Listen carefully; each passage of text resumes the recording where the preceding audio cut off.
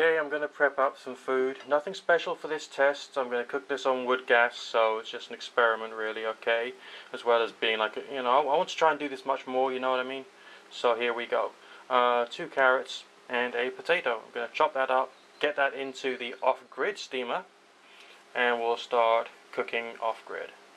Okay, it's all chopped up reasonably small. I'm going to use both tiers of my new off-grid steamer, as I call it. Because, I feel like it, okay?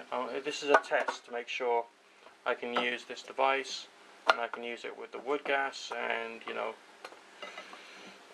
so on and so forth. I've only ever done, like, saucepans and frying pans on the wood gas stove before, but using a steamer would be brilliant if I'm going to end up cooking for more than just myself. So that's 1 tier's worth, and I'll put the carrots on the lower tier.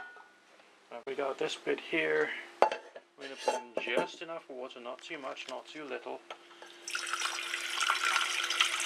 Now, this is going to be an extra challenge because I'm using cold water. So the water temperature's got to go up to steaming point, and then it's got to cook the vegetables, okay? But this has got a lid on it, so hopefully that will make everything work according to plan. Right. So, it goes on there. Then it goes on there. Oops, and that way I put the lid. Okay, so it's not too heavy. Lift that with one hand. Should be convenient if I'm doing things with my other hand, such as like stoking the fire. Alright, there we go. That's right, it's a wood gas stove video, just like what I used to do in the old days. I think you're going to like this one. Now, if you've got a garden, you're always going to have little pieces of wood which have been blown in, little sticks, little twigs, tiny little pieces. Now, they could always be useful, so long as you take a bit of time to get yourself a pile together and then get them all chopped up and get them all prepared for what you need. Okay, little pile of brushwood,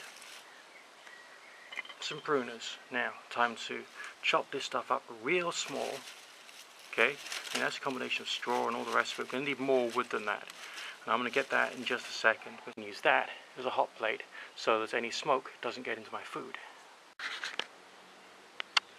I'm going to need to get some wood which is very slightly bigger into this as well, so I'm going to take some of this and just slice that up a little, and then that's going to add to the whole fuel in the stove. This is a high alcohol hand sanitizer which I've used before, and it makes quite a good fire starter, so we're going to try and get the fire going with this and hope for the best, one step at a time.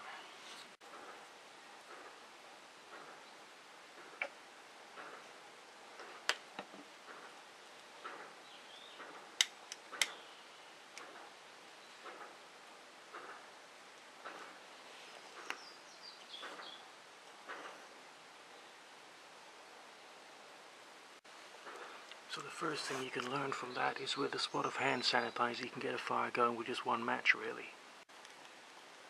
Can you see the yellow flames there? It's mainly alcohol burning at the moment, but it's charring the wood and getting the reaction going, which is really rather splendid.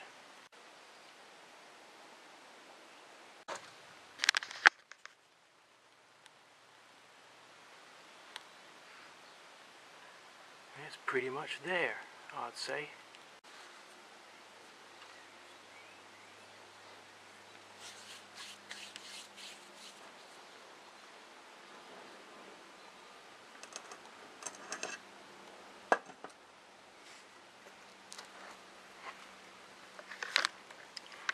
And one of the benefits of using a steamer is you can get it all done all at once.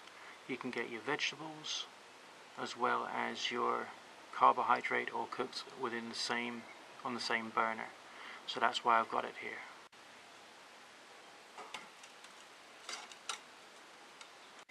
Just gotta wait for it all to cook, then we'll be sorted. It's actually quite exciting watching it cook. Tell you one thing, you sure as hell gotta love your green energy, man. This is absolutely fantastic. Completely free combustion. Alright, apart from the technology used to light it, namely a few blobs of hand sanitizer. Everything here was free of charge. Now that's a price I like. And you too, if you progress towards off-grid, you can start paying the same kind of fees for your power, bit by bit, little by little, here and there. If you look deep down inside there, you can see that milkiness. That milkiness is the wood gas being produced, which is then turning into flame, burning the smoke. Amazing, huh? Low pollution, good quality energy. Okay, so this is the final result. With using the wood gas stove, first thing I would say is that it's not like a quick microwaved lunch at work, okay? It takes time to make, it takes time to get the combustion going. The stove has to reach the right temperature, and then it's got to start boiling the water and then doing the steaming. So I was going around the garden getting more pieces of wood to keep the wood gas stove burning. When it was going well, and I mean really well. And because the steamer is a lidded cooking container, it was quite efficient. I've done other boil tests before with a regular saucepan, not with a lid, okay, and it took a bit more time basically and didn't quite get the right results. Now with that particular steamer, because it has such a high capacity, I could actually cook food for a lot more people with a lot less fuel. I suppose that I could up the ante. I need to get or build myself a bigger, better wood gas stove with a larger base area. Because if you have a larger base area, that means more upflow, more consumption of fuel, okay, which then will create more energy, more calorific value. So that's like a next on my list. But as far as is this doable, I'd say yes. Is it doable every day?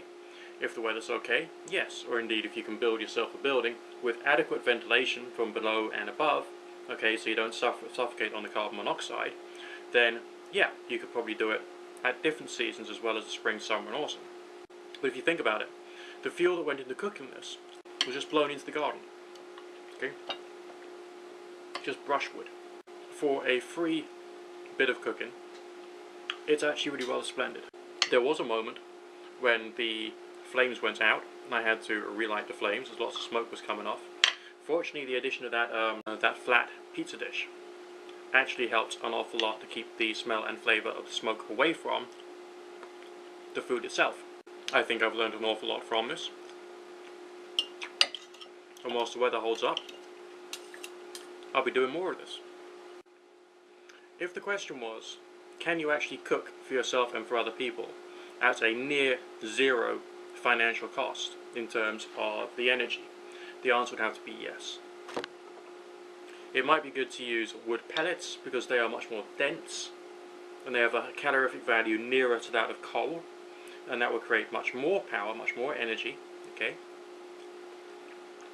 But I also wanted to see whether I could cook for free, and the answer to that is yes. It's time to build a bigger stove. This has been Nick on the Get Me Off Grid video blog. Links down below. Make sure you participate, and I look forward to speaking to you again soon. God bless.